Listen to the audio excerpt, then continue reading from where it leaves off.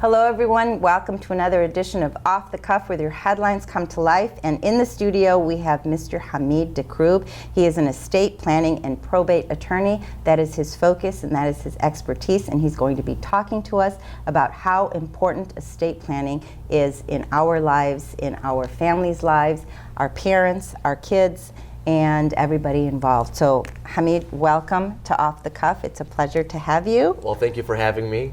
It's always an honor. It is a pleasure to have you. And I remember last time we were doing karate moves. Right? We were doing karate moves Changing last it up a little bit today. Absolutely. And you are an all-time champion in karate too. Thank you. You've reached some amazing heights, and you do that with every aspect of your life. Well, I anyway. appreciate it. You're Thank you so definitely an much. overachiever. Well, we're trying to catch up to you. I have a long way to go, I don't know about that, but we're always very, very proud of Thank your you so much. accomplishments. Thank you. And I love the fact that you're concentrating on this because it is a life changer. For sure. In terms of estate planning. So tell us exactly what it is and why it's so important that individuals, families need to focus in on this and earlier rather than later. Sure. So this is one of those things where it's a very sensitive discussion and it's a very sensitive topic, right? And we don't like to think about it because it's something that brings up our emotions. So unfortunately, this is something that we have to do because it's the inevitable, right?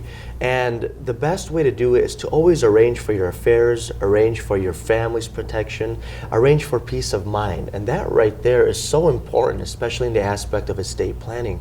Because if you don't end up doing proper estate planning, your family and yourself as well too could potentially suffer a lot more when it comes to difficult times that they face as a result.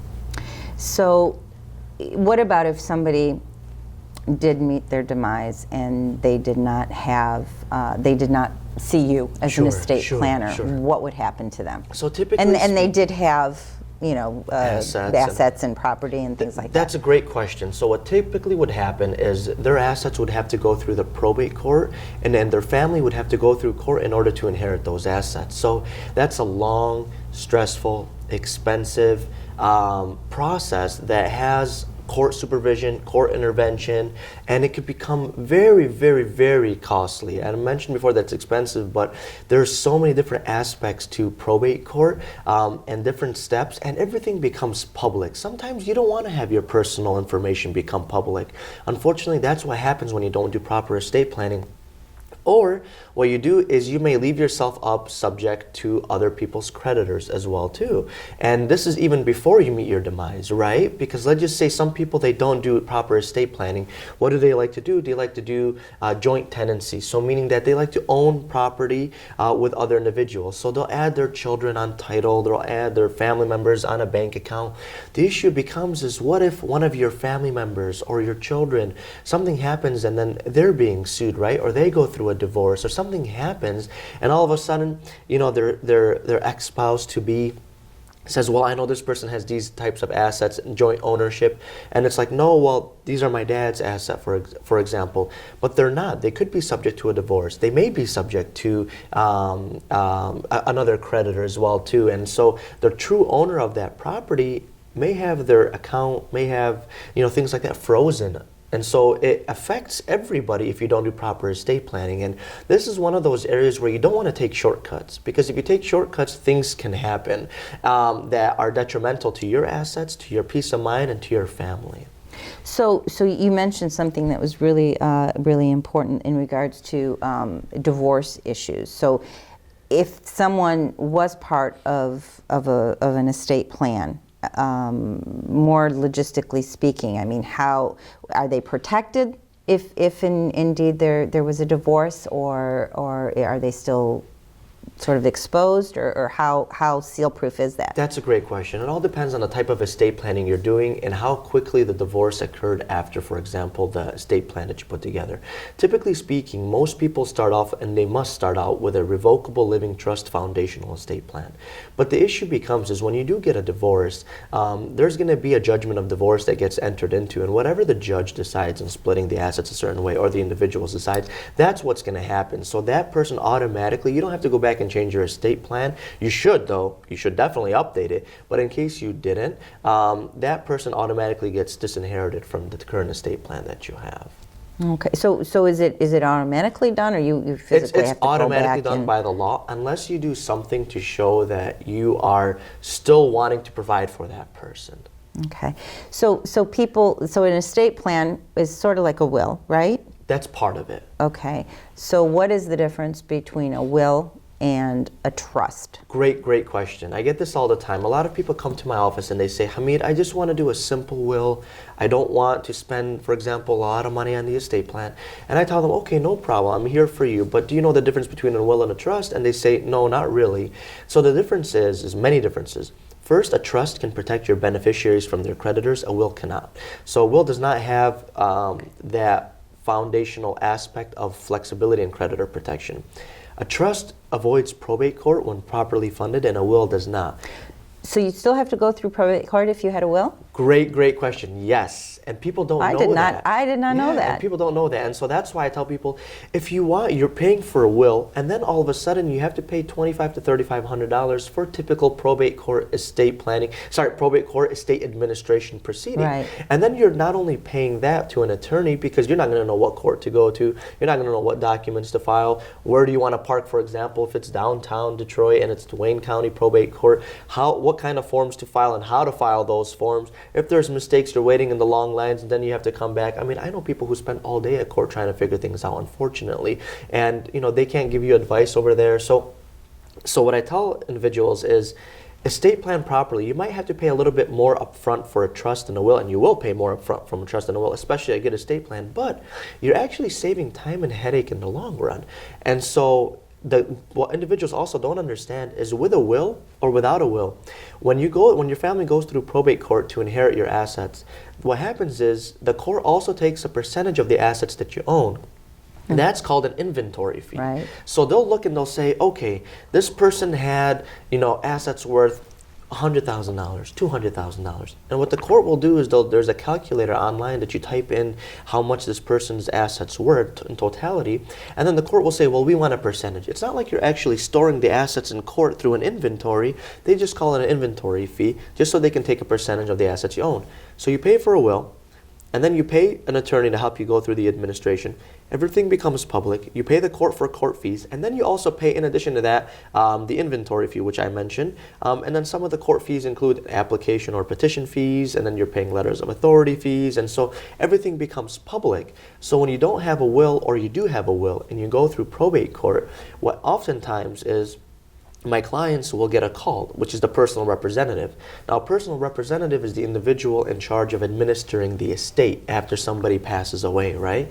So that person will get a call from random people because all of this information is public.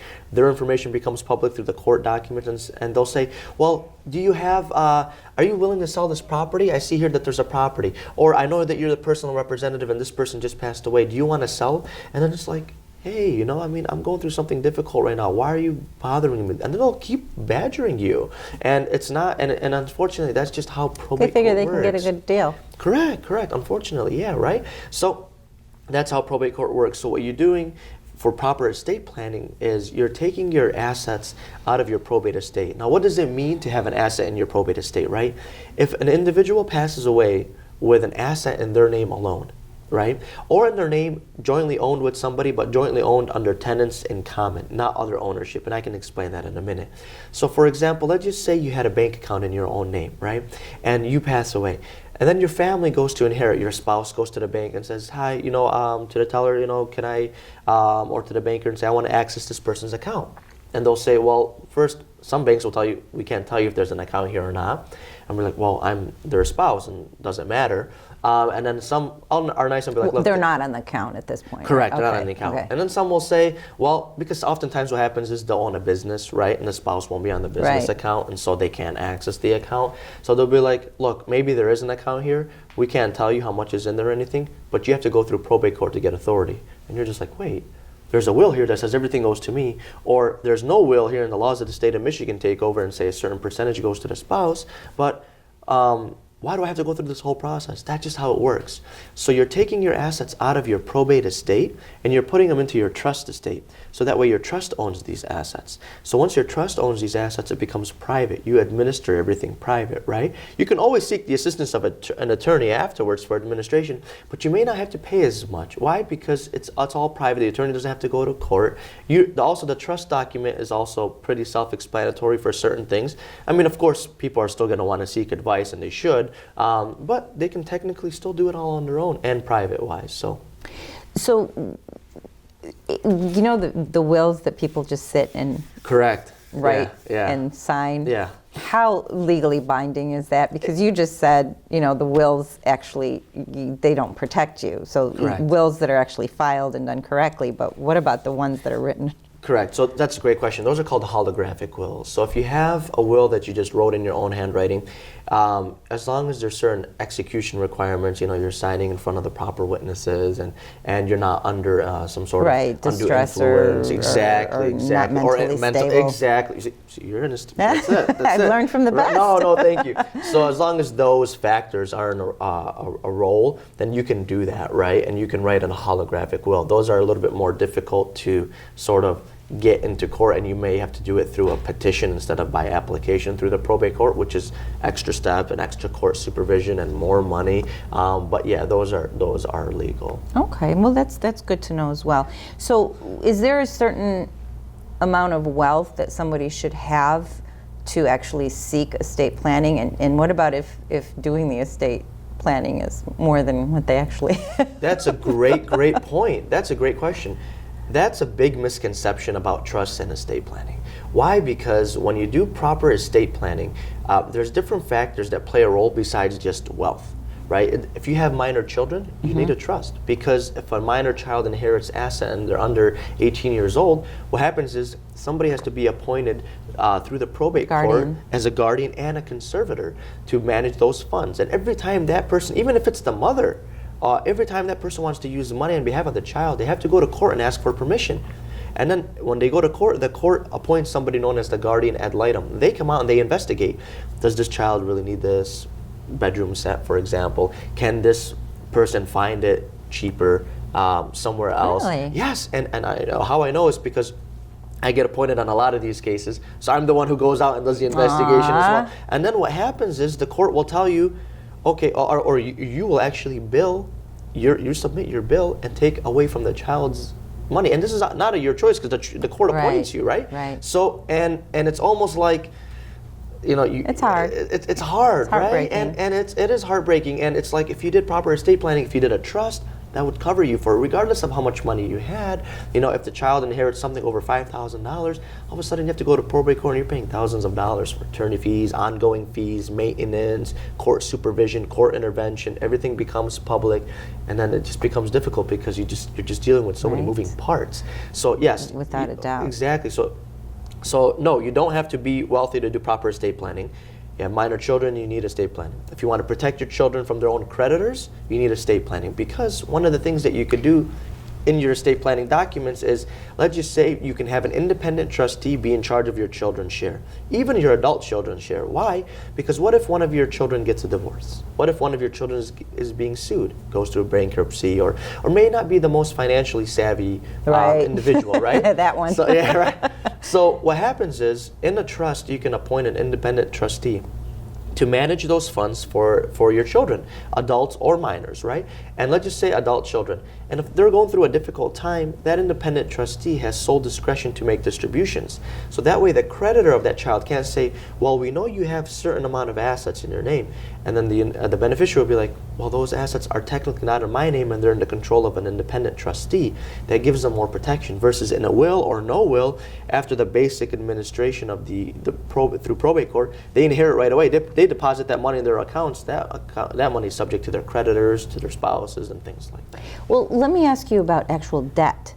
Like if someone passes away and they have this trust in place, what responsibility or you know, an estate planning kind of thing, what responsibility do the people who are recipients of this trust have in regards to their debt? So technically speaking, the debts don't roll over to the beneficiaries, but they are part of the estate administration. So the trustee or the personal representative, the person in charge of administering the estate, even if it's one of the beneficiaries, have to take the right steps in order to pay off those debts or negotiate those debts before those individuals, beneficiaries, receive their inheritance. So there's steps that are included.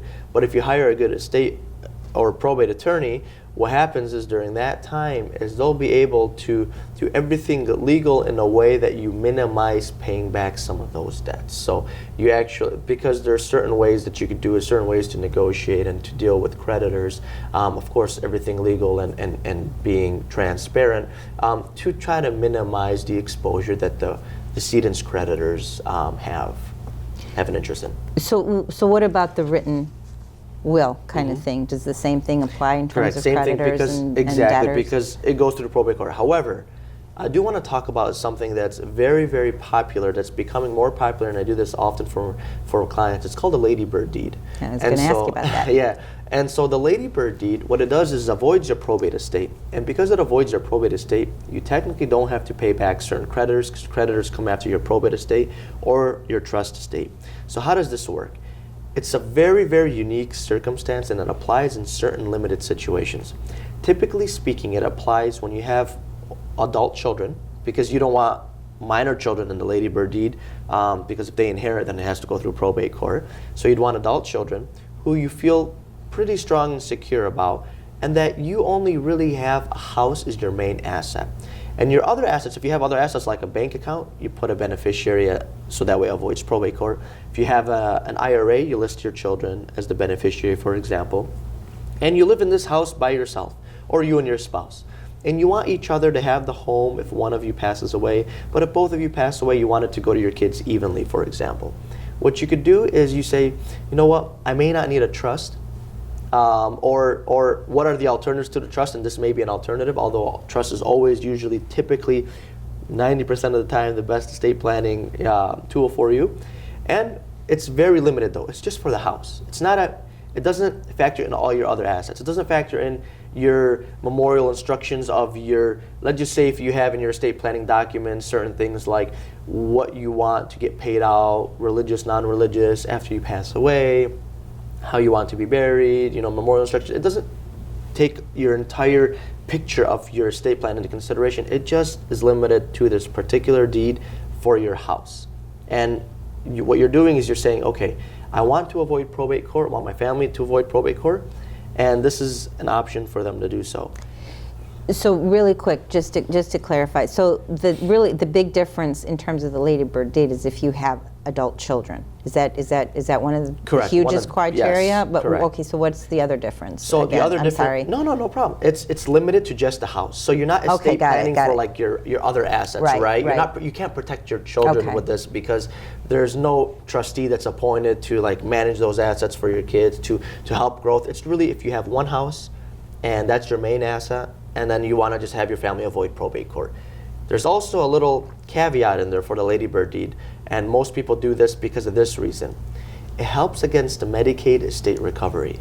So people who are on Medicaid don't know that if you're 55 and older and you're receiving long-term care benefits, such as if you can't if you can't eat on your own, you can't bathe on your own, things like that, right? And maybe you're receiving long-term care benefits through a nursing facility or through Medicaid, and Medicaid's paying for those benefits. Upon your passing, Medicaid will send a letter to representatives in your house, or who may be, they look at family contacts and they send a letter that says, certain so-and-so owes us this much money, and under Medicaid estate recovery, we can come after this property. So how do you avoid, but Medicaid, the statute is written to where it only comes after your probate estate. How do you avoid your probate estate? You do a ladybird deed, because the ladybird deed avoids probate court, which avoids your probate estate, which prevents Medicaid from being able to legally come after the home that you own after you've used long-term care benefits and qualified under Medicaid estate recovery. So it's actually a cheaper alternative. It costs the same amount as a will, and it's a cheap alternative, and it avoids probate court, and you're actually saving thousands of dollars. So why wouldn't people do that? They don't know. That's why I didn't know either. Okay. Yeah, and they don't know. So and ladybird deeds they're not common. No, They're I've never only, heard of it. Exactly, and that's the typical response, and they're only in like a few states in the entire country. So why is it called ladybird? Well, there was something about a former first lady. Yeah, okay. exactly. All right. So a former president's wife, and so that's pretty much the reason why it's called that. But also, it's because nobody really knows about it, and they don't know the advantages of it, and so it's it's become very popular in estate planning. It's a strong tool. It's like a regular deed, but I call it like a deed on steroids because it just does. It's so powerful and does everything. It's much stronger than a regular deed, and you have. And it's more cost effective. It's more cost effective, and it saves you thousands of dollars. I mean, if you did a deed right now, because a lot of people, what they do is they say, well, I want my family to avoid probate court, so what I want to do is I just want to just do a deed, and I'm going to give it to my adult child and let them hold on to it, and then they'll record it if something happens to me. Problem is deeds might get lost that way. Your child might record it unintentionally. Your child is actually the owner of the property, even though it's not recorded, and people don't know that. So he or she technically has the authority to sell. So just because of having physical. Correct, delivery of the deed, correct. It's written out, it's just not recorded, but it doesn't mean it's not transferred. It can cause potential clouds in title, and I've seen it time and time again, and unfortunately, I don't even like talking about it, but I've seen it to where many times, more often than not, individuals will leave put certain assets in their children's name and go overseas or go somewhere or put in their name just to protect them. And then the child, I don't know what happens, just either sells the property, gets upset at their family for any reason, uses that against them as leverage, takes the parents out of the house. I mean, I've seen it. Really? So this deed says, hey, I have full control over this property. I'm transferring it from my name alone to my name for my lifetime. So although you're still on the deed, you're like, wait, why are you transferring it to yourself? That doesn't make any sense. Because you're transferring to yourself, giving yourself a life estate interest, meaning you have full control during your life. Do whatever you want with it. You want to sell it tomorrow? Go ahead and do it. But if you don't sell it, and it's still in your possession, and then you pass away, and this deed is recorded to show, also for creditor advantages as well too, what you're doing is you're saying, okay, I'm going ahead, and this is going to go to these individuals avoiding probate court. So sometimes when you buy a property or you buy a business or what have you, I've seen right of survivorship. Correct. That's a great point. On those documents. So is that something that would protect you from all these ill wills? For sure, because that's an aspect of it. But here's the funny thing about that. A lot of times when people do these deeds, they don't know the differences between what you can put as that phrase after the ownership, right? For example, you can own property with somebody jointly, but it's under tenants in common. I've seen this a lot, and we had to redo deeds for individuals. Or I had to go through probate court for individuals unnecessarily. Why? Because they own property together, but there was no definition of how they owned the property. It just says, for example, John Doe and Jane Doe. That's it, right? If it says that alone, John Doe and Jane Doe. And so is there a difference between the and the or? Yeah, there is a difference of what you put after the John Doe and Jane Doe, right? So let's just say the deed is John Doe and Jane Doe. One of them passes away. What happens is if they don't own it as husband and wife, let's just say they're just family members, then 50% goes to the decedent's family, the other 50% to the other person. Because there's no survivorship language like you said right after it. Okay. But if you say John Doe and Jane Doe as husband and wife, of course the spouse is going to get it. But if you say John Doe and Jane Doe as joint tenants, then what happens is when one of them passes away, the other person gets it automatically. But during that time, somebody can sell their share and it turns into tenants in common, and they can sell 50% of what they own. But if you have it joint tenants with full rights to survivorship, none can sell unless both agree to sell the property, and that's the strongest form. So if you wanted to do a ladybird deed and you have, to you and your spouse, but then afterwards to your 3 children evenly, for example, then what you would do is you would say to our 3 children, sorry, Jane, John, and Jason, as joint tenants with full rights of survivorship. And so what that happens is none of them can sell their share. All of them have to agree in order to sell it, and if one of them passes away, God forbid, the other individuals will go ahead and inherit the property. So So what I was asking before too, and I understand, the titles behind that are really important, but is there indeed a difference between Jane Doe and John Doe and Jane Doe or John Doe, or is that not an option? It really depends how it's written. Like it's typically not an option. Well, not properly. Like it's not proper etiquette because you usually want to do John Doe and Jane Doe, but then you say as what? As tenants in common, as joint tenants with full rights of survivorship. So that way it goes to either one of them. But even if you say and you have as tenants in common, it doesn't matter because if one of them passes away, it's still going to go 50% to their family, 50% to the other. So and or it they're really interchangeable? it seems like they're interchangeable. Okay, because I was under the impression that if you put or in there, then that means if one does pass away, it automatically goes to the other one, even if there's no title behind it. But Correct. That's not right. No. Oh. Well, if there's no title behind it, then what happens is there's a presumption of tenants in common. So you don't want there to be any presumption. So you just want to be as clear as possible about it. So but I mean, you could make the argument, of course. But yeah, typically speaking, you would want to go ahead and you would want to have what's the connotation afterwards? Is it as tenants in common, joint tenants with full rights to survivorship? If that's the case, then that's fine. That works out. But if you have it as John Doe or Jane Doe as joint tenants, then it doesn't really matter what the or is because that joint tenants is going to take effect and more often than not, you do have that title. Correct. Behind that ownership. Correct, but I've actually seen it quite a bit of times where it's the wrong type of title of ownership afterwards, or they forget to do it. And that creates a lot of. It does, actually, as a matter of fact. Friction and conflict. Exactly, because I'm dealing with this for a couple clients of mine to where they have it to where she owned property. It was in her name. And then she added her dad on as to the mortgage to refinance for a co-signing and credit type purposes. Then they put the dad on the deed, but they didn't put the dad on the deed as dad and daughter as joint tenants. They put the dad on the deed and the daughter by themselves. Dad unfortunately passed away. When Dad passed away, technically speaking, this is the daughter's property, but they wouldn't let her get full control over the property because they did it as daughter and dad, and they didn't add as joint tenants afterwards.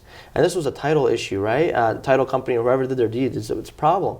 So they didn't do that. So what happens is she tries to go sell the property, and they say, well, or put the house in her name alone. They say, you can't do that without going through probate court.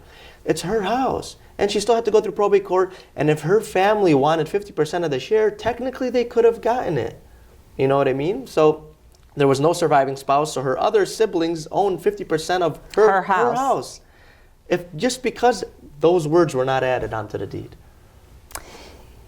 We talk about justice, and we talk about fairness, and there's got to be some kind of common sense that's involved in all of this as well, especially in the legal community. Sometimes we're so sticklers to words and how they're framed that we lose touch of what the reality is, and that's such a concern. Impact. I mean, she's paying thousands of dollars to go through probate court. Right. For what? For something that has her she doesn't right. need to. Absolutely. And that's sad. And a lot of people go through that. Yeah. A lot of people go through that, and that's why it's a good idea to have someone go through, someone that knows what they're doing, Correct.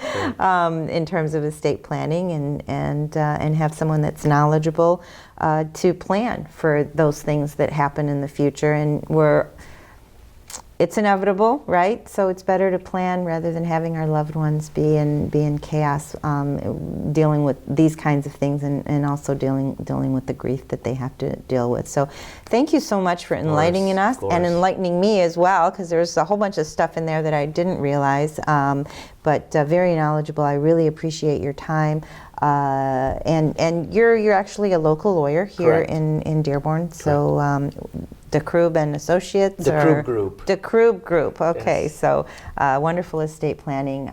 Those ideas are great. The Ladybird deed is an interesting one too. I'd like to do more research on that. Sure. I'm getting there where I need to. We'll have to sit down. No problem. Anytime. I need to do that anytime. Estate plan. Not that I have anything worth it, but remember that's a misconception. Whatever's there, exactly. So whatever's there needs to be documented. So think about that. Have a wonderful day. Thank you for being with us on Off the Cuff. and long, healthy, happy life to you all.